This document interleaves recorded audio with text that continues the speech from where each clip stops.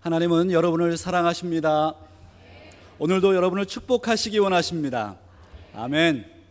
이 시간에 우리 지난주 암송구절 암송하겠습니다. 모든 사람이 죄를 범함. 우리는 다 양 같아서 그릇 행하여 각기 제 길로 갔거늘 여호와께서는 우리의 무리의 죄악을 그에게 담당시키셨도다. 이사야 53장 6절 말씀.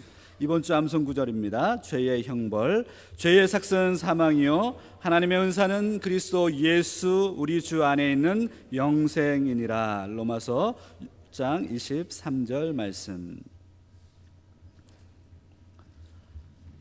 헬렌 켈러는 삼중 장애를 가지고 있었습니다. 보지 못했고, 듣지 못했고, 말하지 못했습니다. 이런 삼중 장애를 겪고 있는 분들을 여러분 경험해 보신 적 있으십니까?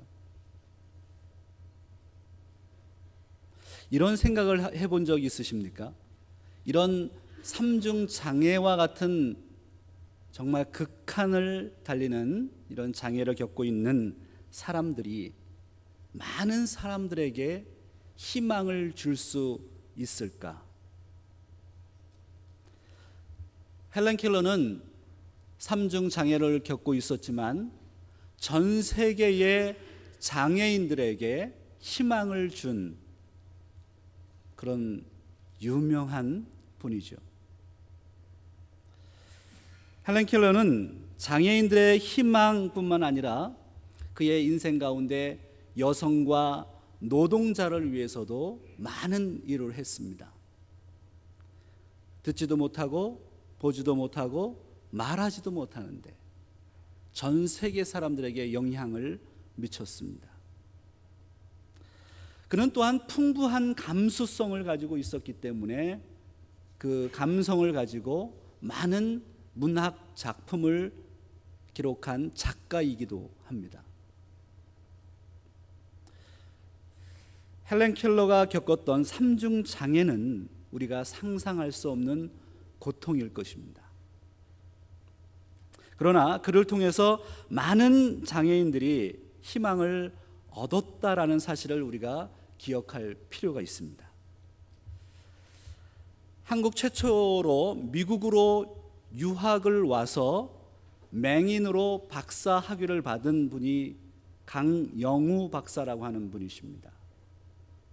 강영우 목사님은 최근에 돌아가셨습니다만 이 강영우 박사님이 쓰신 우리가 오르지 못할 산은 없다라고 하는 책에 보면 이 강영우 박사님에게 희망과 용기를 주었던 분이 바로 이 헬렌 켈러였습니다. 강영우 박사님도 축구공에 눈을 맞고 시력을 잃었습니다.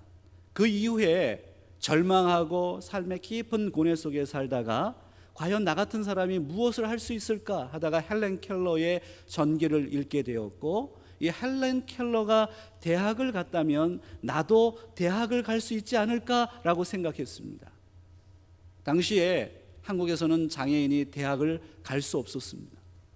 그럼에도 불구하고 하나님께 간절히 소망하고 대학을 갔고, 그리고 헬렌 켈러가 그랬듯이 미국으로 유학하고 오고 싶어서 헬렌 켈러와 같은 사람이 되기 위해서 유학을 와서 최초로 PhD 학위를 받고, 그리고 대통령이 직접 임명하는 바로 정책 보좌관으로서 오랫동안 활동하신 분이시죠. 한국인으로서는 굉장히 유명하신 분이십니다. 강영우 박사에게는 헬렌 켈러가 삶의 증거가 된 것입니다. 오늘 본문에 보면 예수님에 대한 증거, 그 증거가 세 가지로 표현되어 있어요. 삶에 대한 증거, 강영우 박사의 삶에 대한 증거는 헬렌 켈러의 삼중 고통이었고, 바로 오늘 본문에 보면 사도 요한이 오늘 우리에게 말씀하시는 삼중 바로 증거를 설명하고 있어요. 6절로 7절 8절에 있는 말씀을 우리 한 목소리로 함께 읽기를 원합니다. 이는 물과 피로 임하신 자니 곧 예수 그리스도시라. 물로만 아니요 물과 피로 임하셨고 증거하는 이는 성령이시니 성령은 진리니라. 증거하는 이가 셋이니 성령과 물과 피라. 또한 이 셋이 합하여 하나이니라. 사도 요한께서는 계속해서 예수님이 하나님의 아들 그리스도이심을 설명하고 있죠. 지금 17번에 걸쳐서 그 짧아 보이는 요한일서를 제가 연속적으로 설교해 왔습니다. 다음 주가 되면 요한일서를 마지막으로 설교하게 될 것입니다. 제가 17번을 설교하면서 예수 그리스도에 대해서 한 번도 스킵된 설교는 없습니다. 그것은 무엇이냐면 바로 사도 요한께서 요한일서를 통해서 계속해서 강조하고 있는 것은 예수가 하나님의 아들 그리스도이심을 선포하는 데 있습니다. 특별히 오늘 본문에 보면 이 사도 요한께서 요한일서를 마무리하면서 세 가지 증거를 다시 강조하고 있습니다. 예수가 하나님의 아들 그리스도이심. 그 세 가지 증거가 바로 물, 피, 성령입니다. 오늘 본문에 등장하는 6절에 이는 물과 피로 임하신 자니 예수 그리스도를 물과 피로 임하신 자라고 표현했죠. 여기서 물과 피에 대해서 많은 신학자들이 아직도 논쟁하고 있는 부분이기는 해요. 이 부분에 대해서 신학자들이 한 4가지 견해를 가지고 있습니다. 이 물과 피가 무엇인가? 어떤 사람들은 예수님의 옆구리에서 흘러나온 물과 피라고 이해하고, 어떤 사람은 세례와 성찬으로 이해하고, 어떤 신학자들은 물은 정결이고 피는 바로 거룩이라고 하는, 피는 희생이라고 하는 의미를 가지고 이 본문을 해석하기도 합니다. 그러나 대부분의 신학자들은 지금 마지막 4번째 제가 설명하는 이 부분을 받아들이고 있어요.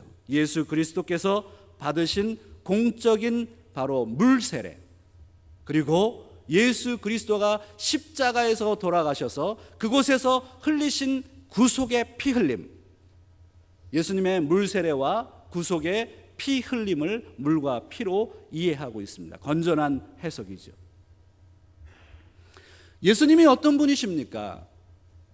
예수님은 이 땅에 하나님의 아들로 오셨다라는 거예요. 그 증표가 무엇이냐면 바로 예수님께서 세례 요한에게 가서 세례를 받으실 때, 마태복음 3장 16절과 17절에 있는 말씀에 보면 이렇게 설명하고 있습니다. 예수님께서 세례 요한에게 가서 세례를 받을 때 하늘이 열리고 성령이 비둘기같이 내려와서 하나님의 말씀이 선포돼요. 그 메시지가 무엇이냐면 바로 이 말씀입니다. 예수께서 세례를 받으시고 곧 물에서 올라오실새 하늘이 열리고 하나님의 성령이 비둘기같이 내려 자기 위에 임하심을 보시더니 하늘로서 소리가 있어 말씀하시되 이는 내 사랑하는 아들이요 내 기뻐하는 자라. 하나님께서 말씀하죠. 세례를 받을 때 예수님께서 그 세례를 통해서 공적인 사역이 시작이 됩니다. 예수님이 세례를 받을 때 주변에 수많은 사람들이 예수님이 세례받는 장면을 보고 있죠. 그때 하나님께서 신비하게 하늘을 열어주세요. 그리고 성령이 비둘기같이 임하시면서 그 속을 통해서 바로 하나님께서 메시지를 전하고 있어요. 이 사람은 내 사랑하는 아들이요 내가 기뻐하는 자이라. 물 세례를 통해서 예수가 하늘에서 내려온 하나님의 아들 그리스도이심을 선포하고 있습니다. 사도 요한께서 바로 이 부분을 지금 언급하고 있는 것입니다. 예수가 누구냐라고 하는 강한 도전을 받고 있었던 당시 터키의 에베소 교회, 서머나 교회, 빌라델비아 교회와 같은 7교회의 성도들은 끊임없이 이단자들로부터 고통을 당하고 있었고 도전을 받았습니다. 어떤 도전이냐면 예수가 누구냐?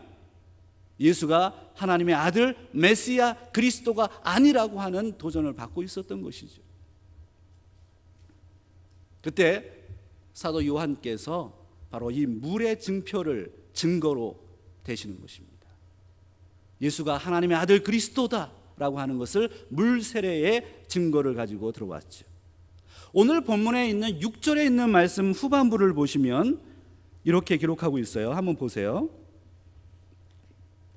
6절에 있는 말씀에 보면 이는 물과 피로 임하신 자니 곧 예수 그리스도라. 물로만 아니요 물과 피로 임하셨고 라고 표현합니다.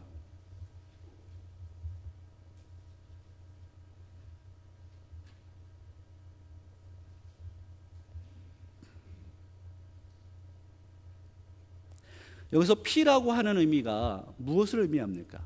6절에 있는 것은 초반부에는 물을 강조하는데 후반부에는 피를 강조해요. 이 피는 우리가 잘 알고 있는 대로 바로 구속의 피, 예수님의 십자가에서 흘리신 피를 의미하죠. 예수가 하나님의 아들 그리스도다라고 하는 그 강한 결정적인 증거는 무엇이냐면 십자가 사건입니다. 예수님께서 십자가에서 우리를 위해서 피 흘리신 그 사건은 결정적으로 예수가 하나님의 아들 그리스도이심을 증거하는 것입니다. 그리고 8절에 있는 말씀에 보면 성령에 대해서 설명하죠. 성령, 증거하시는 이는 성령이시니 성령은 진리라. 성령께서 세 번째로 증인이 되어서 바로 예수가 하나님의 아들 그리스도이심을 증거해 주고 있어요. 성령께서. 우리 안에 예수님이 계시잖아요. 우리 안에 그 계신 예수님께서, 우리 안에 계시는 성령님께서 예수님이 물세례를 받으시고 하나님의 아들로서 사역을 하시고 하나님의 아들로서 우리를 위해서 십자가에서 못 박혀 죽으신 것에 대해서 성령께서 끊임없이 우리 안에서 증거하고 계시다라는 겁니다. 2000년 전에도 증거하셨고 바로 오늘 이 자리에서도 증거하고 계시고 매일의 삶 속에서 여러분의 마음 속에서 증인으로서 그 역할을 감당하고 계시다라는 것입니다. 그래서 물과 피와 성령의 증거를 통해서 예수가 하나님의 아들 그리스도이십니다라고 하는 것을 계속해서 증거하고 있는 것입니다. 그러므로 예수 그리스도가 누구냐라고 하는 도전 가운데 예수 그리스도가 하나님의 아들 그리스도이십니다라고 하는 확신을 갖게 된다는 것입니다.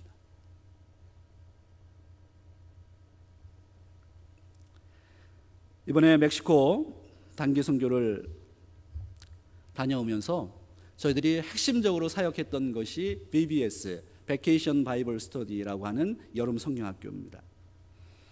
우리가 갔던 그 민우석 선교사님 캠프에 고아원이 있어요. 고아원과 교회를 같이 운영하시는데 이 선교사님이 고아원에 있는 아이들은 지금 13명, 그리고 출퇴근하는 아이가 5명 해가지고 18명의 고아를 키우고 계십니다. 그것과 동시에 그 매주일 복음을 증거하고 이렇게 여름이 되면 여름 성경학교와 같은 그런 프로그램을 통해서 복음을 아이들에게 전해 주고 있습니다. 저희들이 사역을 하는데 가장 집중적으로 신경을 썼던 것은 바로 이 여름 성경학교, 아이들에게 복음을 증거하는 일이었습니다. 물론 복음을 전하는 것이 크래프트로, 그 다음에 춤으로, 노래로, 말씀으로 여러 가지 프로그램이 있습니다만 핵심적인 것은 바로 엘 까미노, 예수가 유일한 길이시다라고 하는 복음의 메시지였습니다. 그래서 이번에 준비할 때 권 목사님 여기 계시지만 권 목사님이 이 VBS를 총책임지시는 디렉터였습니다. 제가 부탁을 드렸어요. 이번에 주제는 한 가지입니다. 한 가지. 예수가 바로 하나님께 가는 유일한 길이다라고 하는 것을 3일 내내 반복적으로 말씀해 주십시오. 이것을 준비해 주십시오. 그래서 우리 권 목사님이 청년들과 유스 아이들과 함께 그 부분을 집중적으로 가르치려고 노력을 했습니다. 예배를 드릴 때 모든 것이 요한복음 14장 6절에 있는 내가 곧 길이요 진리요 생명이니 나를 말미암지 않고는 아버지께로 갈 자가 없다라고 하는 그 요절의 메시지, 그것을 통해서 메시지를 증거하는 것이에요. 첫날 권 목사님이 메시지를 증거하셨어요. 내가 곧 길이요 진리요 생명이니. 둘째 날 우리 닉 전사님께서 또 그 말씀, 복음에 대한 말씀을 증거하셨죠. 셋째 날은 현지 사역자가 복음을 증거하셨어요. 그리고 수요일 날은 우리 장년들과 아이들이 함께 모여서 예배 드릴 때 제가 설교를 했는데 제가 설교한 핵심적인 것은 복음을 설명하는 거예요. 첫째 날, 둘째 날, 셋째 날, threefold, 3일간의 증거. 그게 무엇이냐면 바로 예수가 하나님의 아들 그리스도 메시아입니다. 이 사역을 다 한 다음에 민호석 선교사님이 나중에 저에게 무슨 말씀을 하시느냐 하면, 목사님 너무너무 감사합니다. 뭐가 그렇게 감사하세요? 저희들이 감사하죠. 이 선교사님이 하는 이야기가 아니에요. 정말 복음을 증거하는 교회가 그렇게 많지 않아요. 복음만 전해주셔서 너무 감사합니다. 그리고 이 멕시코에는 복음이 필요합니다, 목사님. 멕시코는 87%가 천주교인들입니다. 그래서 우리가 훈련받는 우리 팀원들이 이런 얘기를 했어요. 아니 87%가 천주교인인데 왜 멕시코에 가서 선교를 합니까? 아니 힌두교권도 있고 불교권도 있고 이슬람권도 있고 예수 안 믿는 데 가서 복음을 증거하면 얼마나 좋아요. 이런 얘기가 있었거든요. 그런데 생각을 해보세요. 멕시코의 87%의 천주교인들은요, 전부 형식적인 천주교인들이에요. 400년 전에 스페인이 침공하고 스페인의 지배를 받고 스페인들이 한 손에는 성경을 들고 한 손에는 칼을 들고 들어왔습니다. 그들이 전해준 천주교는 정복하는 천주교였고, 멕시코들은 그냥 정복당하면서 형식적인 천주교인들이 되어 있고, 400년이 지나면서 그들은 과달루페라고 하는 성모를 섬기는 우상시하는 변형된 천주교인들이 되었습니다. 그곳에는 복음, 예수 그리스도를 구원자로 믿는 복음이 없어요. 그 선교사님은 다행히 자기의 사역의 핵심은 복음을 증거하는 것이고 나의 모든 사역을 통해서 복음이 온전히 증거되는 것입니다. 목사님 교회가 와서 이렇게 복음을 제대로 선포해줘서 너무 고맙습니다. 복음만이 이들을 변화시킬 수 있습니다. 민호석 선교사님이 그곳에서 15년 동안 사역을 하셨거든요. 그런데 별의별 방법을 다 써보셨대요. 뭐 퍼 죽이는 거, 먹는 거, 뭐 옷 같은 거 다 퍼줘봐도 변하지 않더라는 거예요. 그런데 이 사람들을 변화시킬 수 있는 것은 결국 한 가지 복음밖에 없더라는 것이죠. 3일 동안 집중적으로 복음에 대해서 설명한 그것이 바로 오늘 우리 선교팀들이 가서 한 일입니다. 3일 동안의 그 증거를 통해서 아이들이 변하기 시작하고 확신을 갖게 됐습니다. 그 주변에 있는 지역에 전도를 하러 다녔습니다. 우리가 만든 전도지를 가지고 다니면서 전도를 했죠. 그래서 다행하게 우리의 전도를 통해서 거기에 있는 사람들이 교회로 나오기 시작을 했어요. 아이들도 새롭게 나오고 장년들도 새롭게 나와서 그들이 복음을 3번을 계속해서 듣는 거예요. 그럼 그들의 인생이 다시 바뀌기 시작하겠죠. 그것이 바로 증거입니다. 그가 들었던 그 복음의 내용이 그의 인생을 바꾸게 되는 바로 증거가 될 것입니다. 오늘 본문의 사도 요한께서 말씀하시는 예수가 하나님의 아들 그리스도라고 하는 이 증거, 물로 피로 성령으로 증거하는 바로 이 복음의 메시지를 받는 사람들은 결과적으로 어떤 삶을 살게 되는가? 11절과 12절에 이렇게 설명하고 있습니다. 한번 같이 읽어볼까요? 또 증거는 이것이니 하나님이 우리에게 영생을 주신 것과 이 생명이 그의 아들 안에 있는 그것이니라. 아들이 있는 자에게는 생명이 있고 하나님의 아들이 없는 자에게는 생명이 없느니라. 사도 요한께서 바로 물과 피와 성령으로 증거한 이 예수가 하나님의 아들 그리스도다라고 하는 이 메시지를 받고 예수 그리스도를 마음에 믿고 의지하는 사람들은 영생을 얻게 된다라고 하는, 계속적으로 사도 요한께서 요한복음과 요한일서에서 계속해서 반복적으로 설명하는 부분이죠. 영생, 유일한 길, Yo soy el camino, 이것이 유일한 길이다라고 하는 것입니다. 오늘 저와 여러분은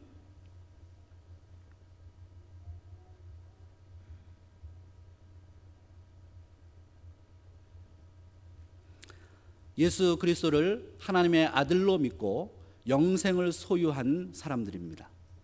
믿으시면 아멘으로 좀 화답하시죠. 예수 그리스도께서 하나님의 아들 메시아다, 이것을 믿는 것, 이것이 쉽지가 않아요. 제가 그것을 어떻게 확인했느냐 하면, 멕시코에 가보니까요 1억 명이 지금 살고 있는데, 이 미국에 한 2천 명이 살고 있답니다. 1억 2천 명의 멕시칸들이 성경을 다 알고 있잖아요. 성경을 천주교를 통해서, 스페인이 전해준 천주교를 통해서 다 알고 있거든요. 그런데 1억 2천만 명이 이 메시지를 받아들이지 않는다는 데 있어요. 그게 문제예요. 동일하게 오늘 우리 그리스도인들도 하나님의 말씀을 알고 있습니다만 예수 그리스도가 나의 유일한 구원의 길이라고 하는 확신을 갖고 살지 못한다는 것입니다. 그것이 사실 교회의 위기 아닌가요? 그것이 교회의 위기예요. 건물의 위기, 우리의 신앙의 태도의 위기, 그런 거는요 별 큰 문제가 아니에요. 가장 큰 문제는 하나님의 메시지를 받아들이지 못하고 이 메시지를 마음으로 믿지 않는다는 데 있어요. 2000년 전에 사도 요한께서 목회하시던 에베소 교회의 사람들, 그 사람들도 그랬고 2000년 후인 오늘 우리도 예수 그리스도가 나의 유일한 구원자 메시아라는 것을 받아들이지 않는 사람들이 많다라는 것이죠. 그래서 여러분에게 적용을 좀 해드리고 싶어요. 신앙생활을 하면서 많은 증거를 찾아내시기를 바랍니다. 많은 증거들. 이번에 선교에 대한 경험을 축적한 것은 굉장히 좋은 경험이에요. 선교의 경험을 통해서 내 안에 새롭게 무엇인가 변화될 것입니다. 인생을 바꿀 것이고 내가 믿는 믿음을 확고하게 하고 확신을 갖게 할 것입니다. 이번에 우리 멕시코 단기 선교 가운데 참으로 저희가 놀랬던 게 있어요. 그게 무엇이냐면 우리 아이들이에요. 우리 아이들이 티네이저 아이들이에요. 말 안 들어요. 얘네들이 뭐 자발적으로 멕시코 간 거 아닙니다. 달래고 먹을 거 사주고 부탁하고 해가지고 간신히 멕시코 간 거거든요. 갔다 오면 아빠 뭐 이거 해줄 거지? 그래서 그래 네 해줄게 약속하고 달래서 데리고 간 거거든요. 그런데 아이들이요 정말 완전히 바뀌었어요. 수백 명의 가난한 영혼을 바라보더니 아이들이 마음을 열기 시작했어요. 내가 이 가난한 영혼들에게 무엇인가 도움이 되는 인생을 살아야 되겠다라고 하는 강력한 충격을 받아요. 그런데 그냥 도와주는 것으로 안 되고 복음의 메시지가 계속해서 선포되는 것을 아이들이 현장에서 보는 거예요. 얼굴이 얼마나 밝아지는지. 이 아이들이요 좀 쉬어라 해도 안 쉬고요 계속해서 일하는 거예요. 일하고 아니라고 더 일한다고. 밥 먹으라 밥 안 먹는데 일하겠대요. 왜 그러는지 모르겠어요. 물론 갔다가 딱 오니까요 집에 오니까 벌써 컴퓨터 하고 있어요. 이거 어떻게 하나, 얘를 1년 정도 보냈으면 좋겠다 이런 마음이 드는데, 설령 그렇다 하더라도 그 짧은 인생 가운데 이 중고등부 아이들이 마음속에 하나님에 대한 증거를 축적해 가고 있는 것입니다. 내년에는 여러분들도 동일하게 선교에 참여하시기를 부탁드려요. 여러분 인생을 바꿀 것입니다. 또 신앙생활을 하면서 우리는 성숙을 추구하는 프로그램에 많이 들어가시기를 바랍니다. 이제 우리가 7월을 휴식을 좀 하고 8월부터 정상적인 프로그램이 가동이 됐습니다. 수요 성경 공부에 여러분 열심히 나오세요. 정말 열심히 나오세요. 나와서 말씀을 공부하세요. 교회의 위기가 제가 말씀이 사라지는 것이 위기라고 했잖아요. 성도들이 성경을 안 보는 위기가 현대인의 위기고요. 말씀을 공부하지 않는 것이 현대인들의 바로 위기예요. 열심히 나와서 성경 공부하십시오. 목장 모임에 들어가서 열심히 성경 공부하십시오.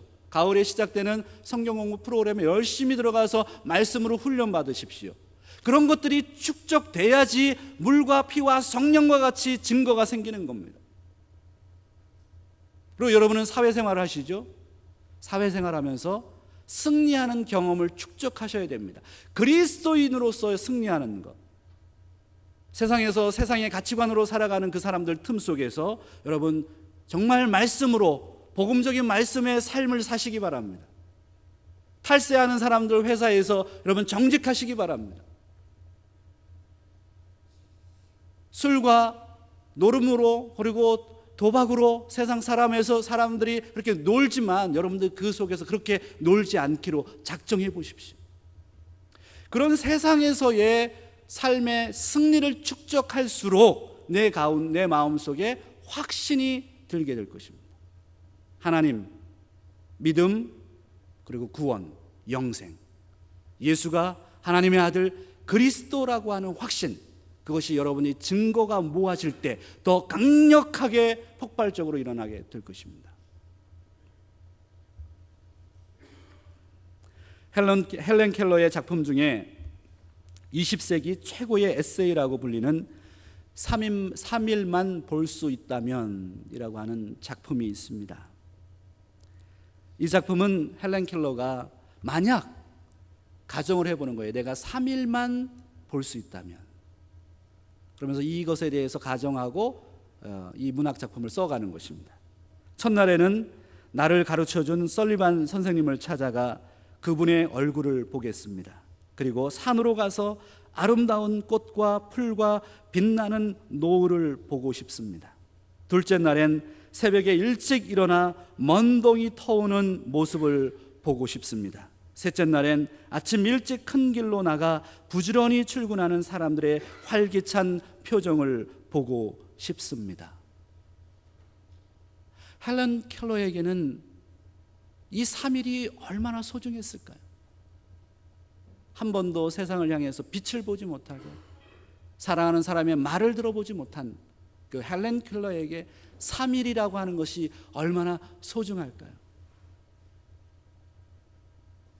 오늘 우리도 물과 피와 성령으로 증거하시는 하나님의 아들 예수 그리스도를 소중히 생각하며 이 땅의 가난한 영혼들에게 예수님에 대한 복음을 증거하며 살아가는 저와 여러분들 다 되시기를 주의 이름으로 축원합니다. 기도하겠습니다. 하나님 아버지, 감사합니다. 물과 피와 성령으로 증거된 예수 그리스도가 나의 구원자라고 하는 확신을 갖고 이 땅에서 승리하며 살아가는 온 성도들 다 되도록 인도해 주옵소서. 감사드리며 예수님의 이름으로 기도합니다.